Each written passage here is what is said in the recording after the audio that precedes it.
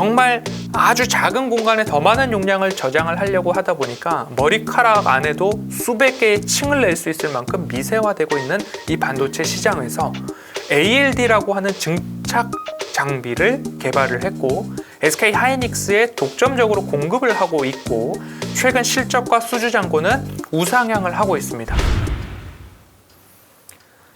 안녕하십니까. MTNW 야간 특송 시청자 여러분, 허반석입니다. 비도 많이 내렸고요. 비가 중부지방에 내리면 남부지방은 안 내렸었고, 남부지방이 또 많이 내리면 중부지방, 경기권들은 또 안 내리고 하는 흐름들이 좀 있었습니다. 무더위가 절정을 달려가고 있는 상황입니다. 그 가운데 건강도 잘 챙기시고, 시장이 포기하고 싶다라는 말씀을 한 지 얼마 되지 않았는데 돌아보면 참 그때가 굉장히 어려웠습니다. 그때가 정말 힘들었고요. 그런데 눈 딱 감고 코스닥 800포인트 보고 가시죠. 결정을 그때로 미뤄보시죠. 최저점에서의 매도만은 한 번만 좀 피해 보시죠 라는 이야기를 드렸고, 어느덧 시장이 많이 올라왔습니다. 저점 대비 기술적으로 나스닥 다우 한 60%, 50% 각각 좀 올랐고요. 그리고 다우 지수가 이제 61.8% 회복을 했기 때문에 하락폭의 회복이 61.8% 정도 나왔다라는 이야기들 좀 들어보셨을 수도 있습니다. 그러면 기술적으로 반등이 어느 정도 나왔다라고 또 평가를 해볼 수 있고요. 그리고 제가 모멘텀 투자 레터를 구독하시는 분들께 이런 말씀 드렸습니다. 800이 지나고 나서 추세가 연속될 때에 곧 이런 얘기 나옵니다. 베어마켓 랠리가 아니라 추세의 전환, 이제는 강세장이 시작된 게 아닌가, 이런 이야기들이 꼭 나올 건데 그때는 한 차례 조금 주의했다가 가시죠 라는 이야기 좀 드렸는데 지금이 딱 그런 타이밍입니다. 시장이 반등을 할 때 코스피 차트를 열어놓고 좀 보시면요, 계단식으로 올라갑니다. 지금은 한 계단, 두 계단 오르고 세 계단째 올라서 횡보를 가늠하고 있는 자리다라고 좀 보시면 좋을 것 같고요. 그러면 시장에서 어떻게 대응을 해 나가시냐? 큰 그림을 볼 때에는 결국 외국인들의 수급이 지속되는 종목은 좀 더 가져가시고, 외국인들이 숏 커버링을 끝내고 다시 매수세가 감춰진 종목들에 있어서는 나도 외국인들이 하는 대로 움직여야 되겠다 라는 대응 전략 좀 가져가 보시면 좋겠다 라고 정리해 보겠습니다.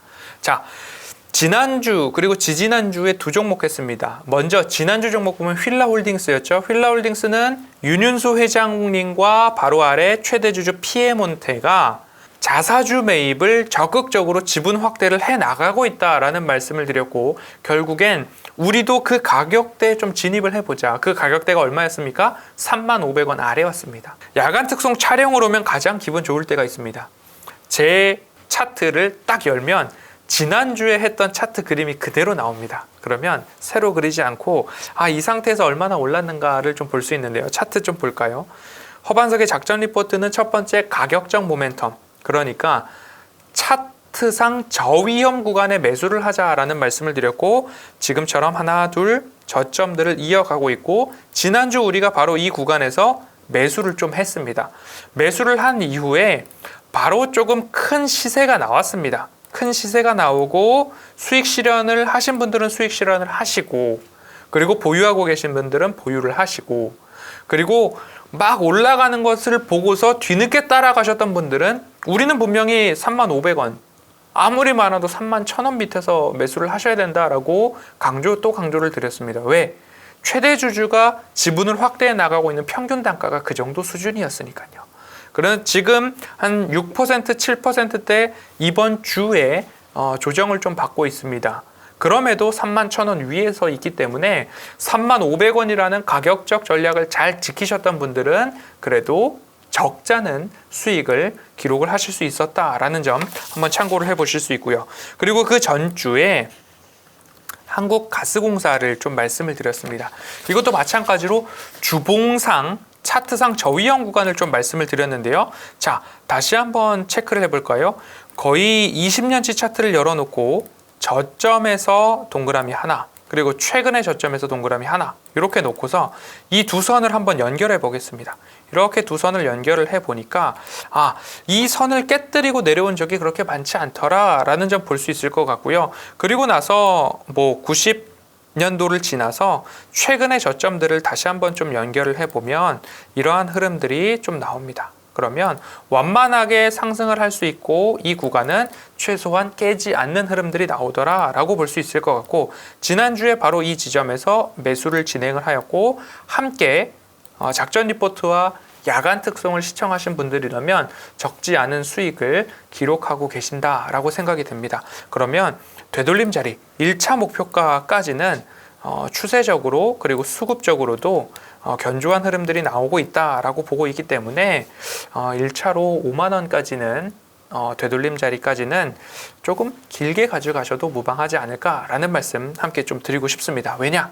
미국에서 그리고 국제 선물 시장에서 천연가스의 가격이 꾸준하게 상승하고 있기 때문에 라고 들어보시면 좋을 것 같고요. 오늘의 종목에 대한 이야기 드리겠습니다. ALD라고 하면 오토믹 레이어 디포지션이라고 해서 웨이퍼에 회로를 새긴 이후에 회로를 보호하기 위해서 뭔가를 덮어야 됩니다. 코팅을 해야 됩니다. 그런데 미세화, 고단화, 정말 아주 작은 공간에 더 많은 용량을 저장을 하려고 하다 보니까 머리카락 안에도 수백 개의 층을 낼 수 있을 만큼 미세화되고 있는 이 반도체 시장에서 ALD라고 하는 증착 장비를 개발을 했고 SK 하이닉스에 독점적으로 공급을 하고 있고 최근 실적과 수주 잔고는 우상향을 하고 있습니다. 올해, 내년, 후년도까지 매출액과 영업이익이 두 자릿수로 증가하는 이 기업 SK 하이닉스향 독점 공급 기업이다. 그리고 매출액과 영업이익이 증가하고 있다. 그리고 차트적으로도 이제 살펴보니까 차트상 저위험 구간에 맞닿아 있다 라고 한다면 허반석의 모멘텀 체크리스트에 부합하기 때문에 이러한 기업은 우리 포트의 한 켠에 담아놓을 필요가 있지 않을까라는 말씀에 이 종목 선정하게 되었습니다. 오늘의 종목은 주성 엔지니어링입니다. 제가 반도체 후공정과 장비 섹터에서 각각 두 종목씩 네 종목을 좀 꼽았었습니다. ISC 말씀을 드렸었고요. 넥스틴 말씀을 드리고 원익 IPS 말씀드렸습니다. 그리고 함께 주성 엔지니어링 말씀을 드렸고 칩4와 관련된 이야기가 시장을 한번 흔들어 놓았을 때 각각의 모든 종목들은 매수 기회가 왔습니다 라는 이야기를 오전 방송이었던 작전 리포트에서도 말씀을 드렸고 오늘 주성 엔지니어링도 야간 특송에서 좀 소개를 해 드릴 수 있게 되었습니다. 자, 지금 보시면요. 차트상 저위험 구간을 좀 말씀을 드리겠습니다. 뾰족뾰족한 가운데 동그라미를 그어 보시고 그리고 나서 처음 동그라미와 마지막 동그라미를 연결을 해본다 라는 느낌으로 연결을 하시면 이 라인은 쉽게 깨지 않더라 라는 추세선이 좀 나옵니다. 그러면 이 추세선과 평행한 선을 하나 긋고 1차적으로 되돌림 자리가 어디쯤에서 나올까를 고민해 보신다라고 한다면 적어도 2만 원 선은 넘을 수 있겠구나 라는 추세선이 나오는데 이 추세선마다 좀 되돌림의 매도세가 좀 나와더라 라는 모습입니다. 그러면 우리는 2만 원, 2만 1,000원을 목표가로 설정을 하고서 매수 단가는 16,500원 이하에서 꾸준하게 좀 모아가는 전략으로 바라보신다라고 한다면 늘어나는 매출액, 수주 잔고, 영업이익 그리고 업황 자체로는 SK 하이닉스가 미세화 고단화를 진행하고 있기 때문에 다른 장비의 발주와 설치 셋업은 늦어지더라도 ALD 장비는 지속적으로 공급이 될 것이다 라는 업황에 대한 이야기까지 좀 드리겠습니다. 그러니까 다른 쪽은 몰라도 미세화, 고단화와 관련된 장비는 끄떡 없을 것이다 라는 말씀을 드리면서 이번 주는 16,500원 이하에서 주성 엔지니어링 관심 가져보시면 좋을 것 같습니다. 지금까지 MTNW 허반석이었습니다. 감사합니다.